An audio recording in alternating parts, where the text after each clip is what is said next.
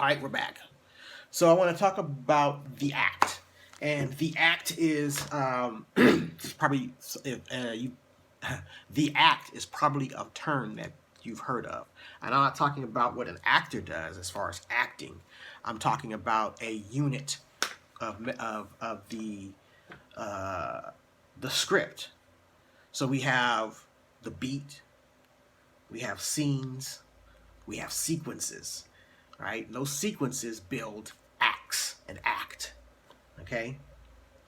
In the book he writes, and I'm coming straight from Robert McKee's story on page 41. Scenes turn in minor but significant ways. Remember we talked about the turning, the positive to negative and negative to positive, right?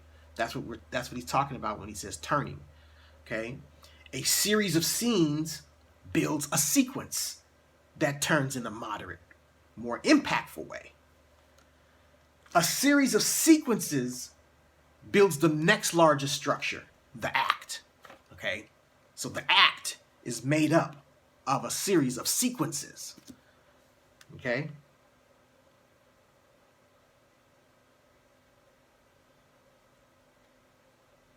The difference between a basic scene,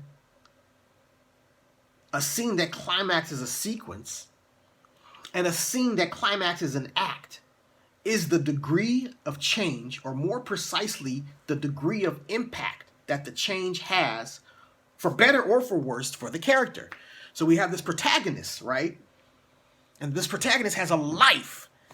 And like in our lives, we encounter things that we need, obstacles. So this character, these characters, our protagonists, encounters obstacles.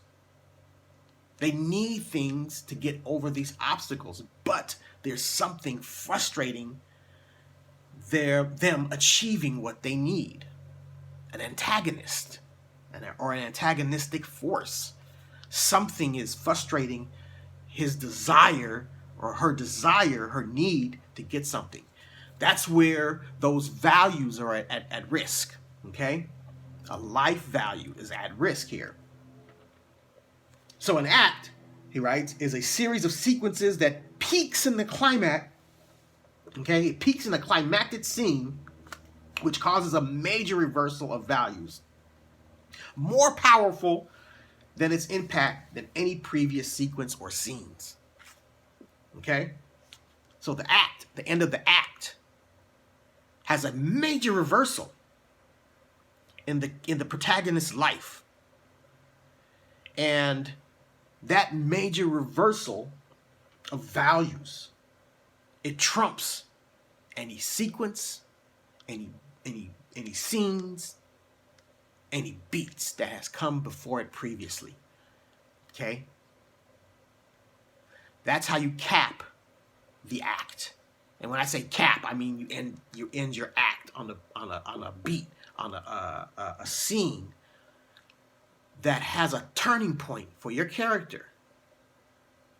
That's such a major reversal in their life that the emotional impact of it is greater than anything that we've previously seen in the film.